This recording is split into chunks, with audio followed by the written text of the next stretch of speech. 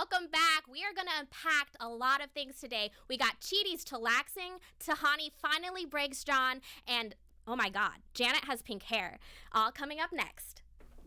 I'm Maria Menounos, and you're tuned in to Afterbuzz TV, the ESPN of TV talk. Now, let the buzz begin. Hey guys, I'm your host today, Samantha Jacobs, and I am joined by the beautiful, you can find her on The Voice, on The Flash, Shiksha, aka Bollygirl. How you doing? I'm so happy to be here with you today. Yay! It's, as you may notice, Alana and Mary Lou are not with us today. Hopefully they're in a good place. And we're going to hold it down. So hopefully you guys are on our live on our YouTube and just chatting, having fun with us today. Yeah, so overall I thought that this episode was amazing. It was so much better than last week's episode. Last week's episode was a little bit sad in my opinion, but this week it was funny. Things were getting done. I was just like, yes, finally. I know, exactly. At the end of this episode, I was like clapping, Yeah. super ready for the next episode. I got out of that sad place, back into the happy place. I love that. We're in the good place. And, you know, there's so much that we need to talk about. First off, with Chidi and his chillaxing. Usually he's chaos. Yes. Usually he's panicked. But this time, we saw a different side of him. How did you feel about that? Well, I loved the term Chidi-Axing. That was amazing. Yeah, Michael is so good. He doesn't know how fly he is as a demon. I He would know. make an amazing human. He would actually. So I love that term. It was strange to see Chidi relaxing so much and going to the park and doing things that he wouldn't normally do. It was really surprising when they said, well, didn't Kant say that you should be helping your fellow humans? And he just dismissed that. I was like, wait, what? Is this even the Chidi we know and love?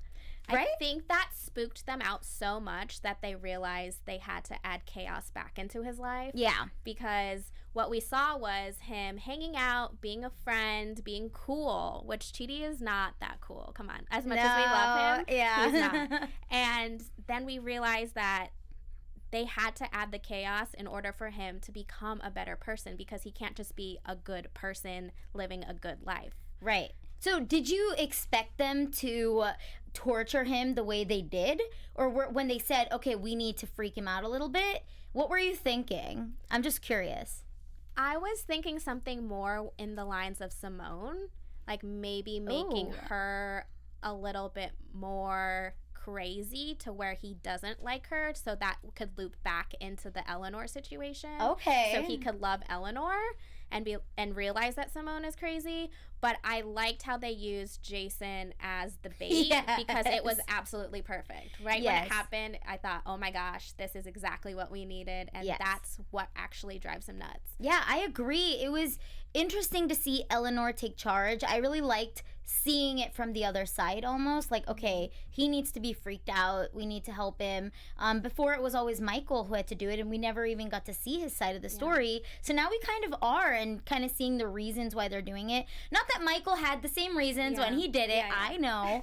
But it's still pretty cool to see the other side of things and see Eleanor in that place. And I loved how she admitted to enjoying it and then realizing that she had other emotions that went with that too, right? She was like, yeah, okay, I know I really enjoyed it, but at the same time, I know I shouldn't have enjoyed it, and I know that he did it for us and all this stuff. She was mad at him, and it was a good point because it made you realize that she still is becoming a good person. Yes, exactly. So it gave her that humanity again instead of, oh, she's already perfect. No, she still had to humble herself and give herself that star of, I realized what I did was wrong. I pushed him. I'm mad because he abandoned me, and I miss him, basically. Yeah, if you had an opportunity to do something like that to someone who broke your heart or was mad, you were mad at, would you take that opportunity? What do you mean, torture them? Yeah. Oh, what a loaded question. Ooh, that's a great one, actually. I'm not sure. I'm just thinking about the people that I love. I don't think I could do it. But then I say that, and if I'm trying to do it to help them become a better person, to push them in the right direction, maybe I would. The intentions. Okay, thank I know. But the idea, just the thought of torturing my loved ones is tough. What about you? I agree in the fact I would do it to make them realize my point of view, and that to me makes me feel selfish. Okay. Because I'm doing it for the motive of myself and getting an understanding of making them understand myself. But it would definitely be someone who broke my heart. Yeah. Even though I love them and still love them, that doesn't mean that we are still talking. You know, like you still love someone afar, but that's true. I would probably do it. Does that make me a bad person? No, you're going to the bad place. I know. No, I mean, I get it though, right? Because, you know, it's easy to get mad at your exes, and to torture them. That sounds like a great idea.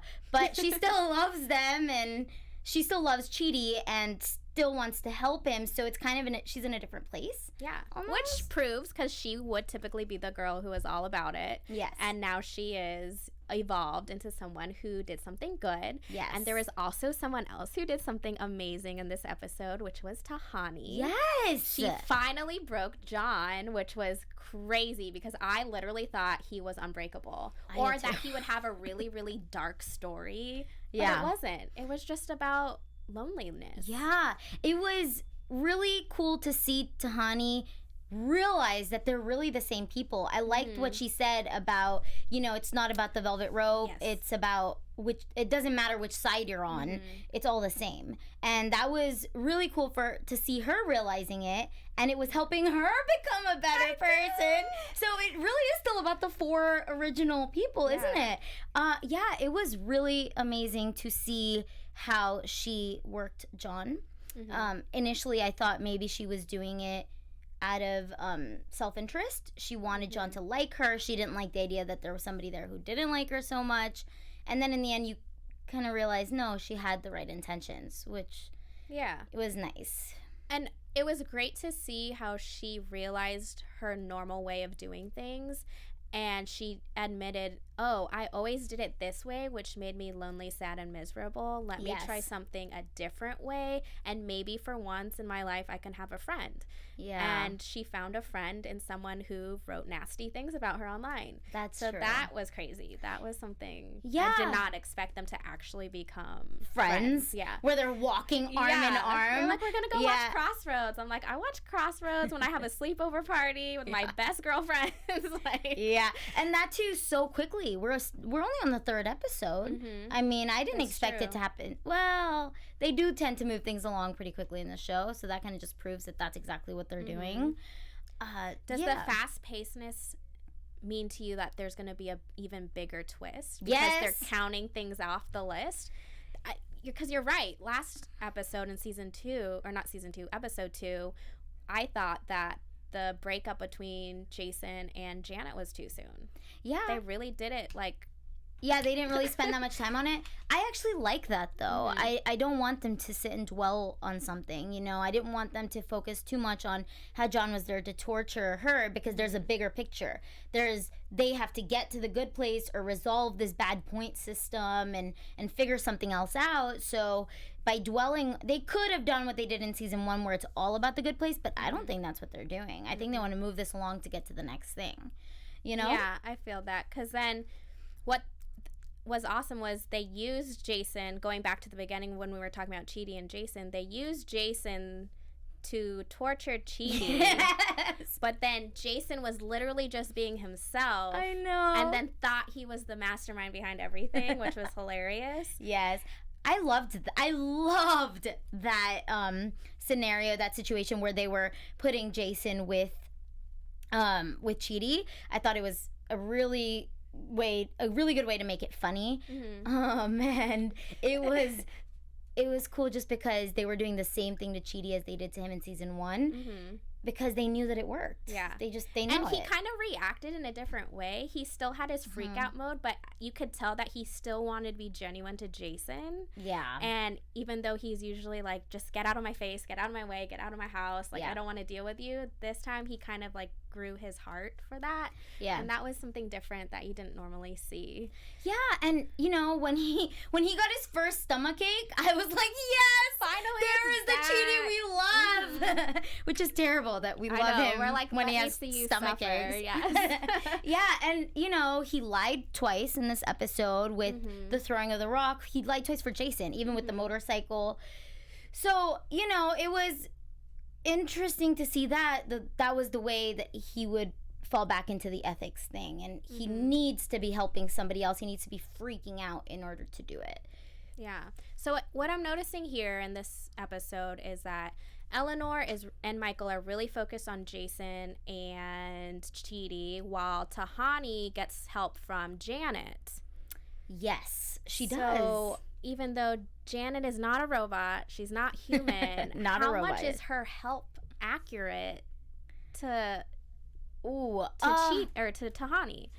It wasn't. I feel like she got pink hair because she went through her heartbreak too. Because what also made her feel more human was she looked up things that people do when they're sad when they break up with someone, and that was dyeing their hair. Dyeing their hair, Mamma Mia. And then Tahani was like, and spa days. It was Janet trying to be human, but she's not human. And she proves that by giving Tahani the wrong advice. Because a human would almost know, okay, going up to him and saying, you know what, you were wrong here, it didn't work. She had to find another way to connect with him, and that human connection is something that I don't think Janet really understands. Yeah. So was the fireballs kind of a way to help her find the better solution? Or do you think Tahani just kind of figured this out on her own? I do. I think Tahani's becoming a better person, and this is part of that journey of hers of being a better person. She just kind of put aside her issues, because think about it, in the last few seasons she's had issues and worried about what other people have to say, and she couldn't get past that. And in this episode she did get past that, and she found a way to connect to him, and then they became friends. Right. So it was just showing her growth. I don't think the fireballs necessarily had anything to do with helping Tahani. That was just a really cool scene, though.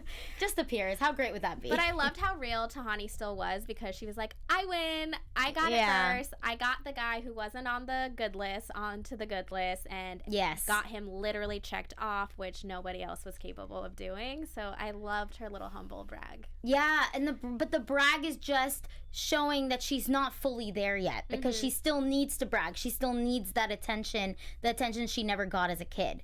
So, she still needs to grow, but they're showing us that she's grown a lot.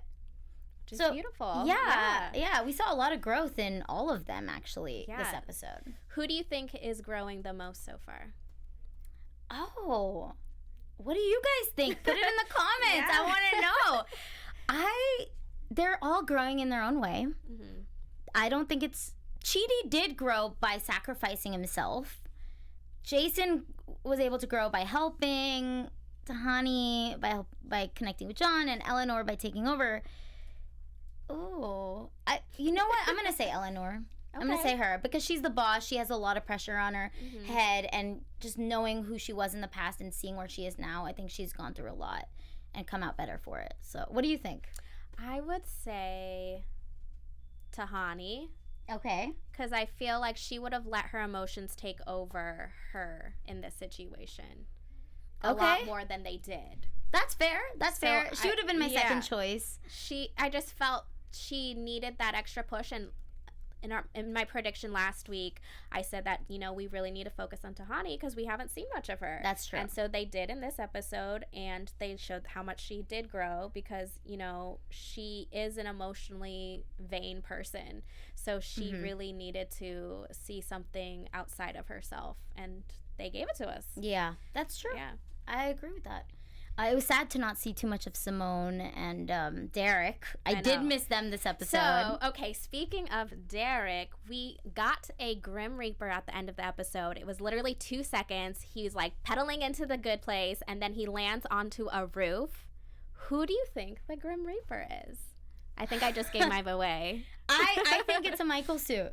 You still think Michael? Yes, it has to be the Michael suit. Okay, so if Michael isn't in a Michael suit already right now, then that Reaper has to be a Michael suit, only because they showed it to us. They made sure we knew what they were talking about, and it hasn't come up yet. For some reason, I just feel like it's Derek. Like, I feel like it's going to be a funny moment where they're just like, haha, they captured Derek because nobody wanted him. And then, so, like, it's like a haha. Like, but what would he be going to do? I don't know. He drives Jason nuts. I guess. I don't know. Another defense mechanism with Janet. Or maybe it's someone playing Derek so they think he's dumb and can't do things, but then he actually does do things. Okay. I don't know. You're like, I don't agree. It's a Michael suit, okay? It's a Michael suit. I just feel like he was so supportive with Eleanor and literally being there for her in these vulnerable moments in this episode that if he is someone in a suit, like, they're really playing dirty. No, I don't think that anymore. Okay. I think because I don't think that anymore, this guy has to be the Michael suit now. It's gonna come up somewhere. Yeah. It's just a matter of where. Evolving. Yes, exactly. So speaking of evolving, the characters on this show, we got lots of news and gossip from you. I know you were busy researching things that we gotta talk about. Woohoo! Let's talk news, you guys. All right, so we had Ted Danson go on Seth Meyers' show last night and talk to us about how he gave away The Good Place to John Krasinski from The Office. You know who that is? Yeah, so John Krasinski, yes, he worked with Michael Schur also, because he was part of The Office. And apparently Ted Danson, before, when it was the beginning of the season, nothing had really been released, he told John, I'm working on this new project, and John was like, okay, it just kind of sounds like The Office in heaven. And Ted was like, no, but actually I'm the devil at the end. And then John was like, oh, okay, that actually sounds pretty cool. So he actually gave it away to John, which is sad. He had to. I guess. Because he was totally poo-pooing on it. Poo-pooing. And the other piece of news that I have for you guys today is Jameela Jamil. She is amazing. She went to The Daily Show and talked about her activism. She talked about how she is a feminist in progress. She believes in body liberation, which basically means it shouldn't even be a topic of conversation, whether you're big, you're skinny, just it shouldn't even be a topic. We should be focusing on other things, which I think is pretty cool. She actually went after Instagram and Facebook and asked them to do something about it because they had the power to. So now they've made it so that people under the age of 18 cannot see things that have to do with weight loss, like, you know, lose weight in 10 days and anything about cosmetic surgery and things like that. And if you're over 18, you can report it so that you're not seeing those things too. Oh, wow. Yeah, I love her. She's a really amazing human being. She's a great activist. I follow her iWay page. If you don't, I think you should. It's I_WEIGH. Yeah, I can't spell. And it's amazing. It's like her feminist movement. She's going to the good place. Yeah, she is going to the good place because she really wants to fight for females. Yeah, she's so different than our character. Minds. Yes, very different, which is amazing. It is amazing. Speaking of amazing, you guys can help us out.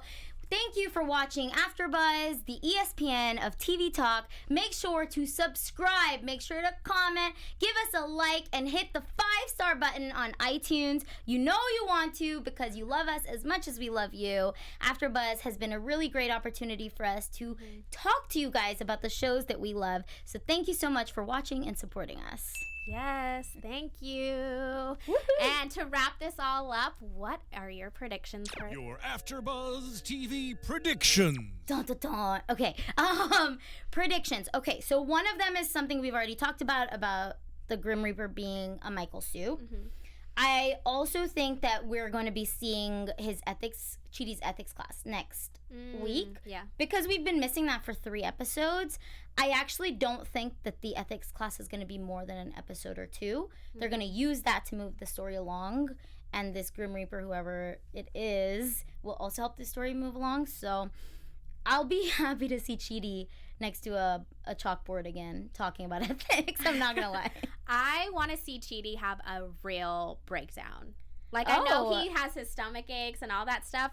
I want to know if he can get pushed to the point where he's like, I'm just going to confess everything and go, like, ham with it. Because we haven't seen him explode, ever. That's true. We've seen him hyperventilate, but we haven't seen him explode and combust. Well, but we did see him actually approach Michael and Eleanor and say, I have a problem and I feel like I'm being punished, which was huge for his character. But it would be kind of fun to see him explode. I agree. You know, I just want to see him level up just a little bit. Just a little tiny one. That would be my prediction for the next episode. Okay, so we'll see. We'll see what happens. Yes. Thanks, you guys, for watching AfterBuzz TV, The Good Place, Season 4, Episode 3, Chillaxing. You can find me at story_of_Samantha, and you can find my beautiful co-host at I am Bollygirl, and on the after shows The Voice, Orphan Black, and The Flash. I'll see you guys there. Bye, guys. Thank you for watching. Our founder, Kevin Undergaro, and me, Maria Menounos, would like to thank you for tuning in to AfterBuzz TV. Remember, we're not just the first, we're the biggest in the world, and we're the only destination for all your favorite TV shows. Whatever you crave, we've got it. So go to AfterBuzzTV.com and check out our lineup. Buzz you later. The views expressed herein are those of the hosts only and do not necessarily reflect the views of AfterBuzz TV or its owners or principals.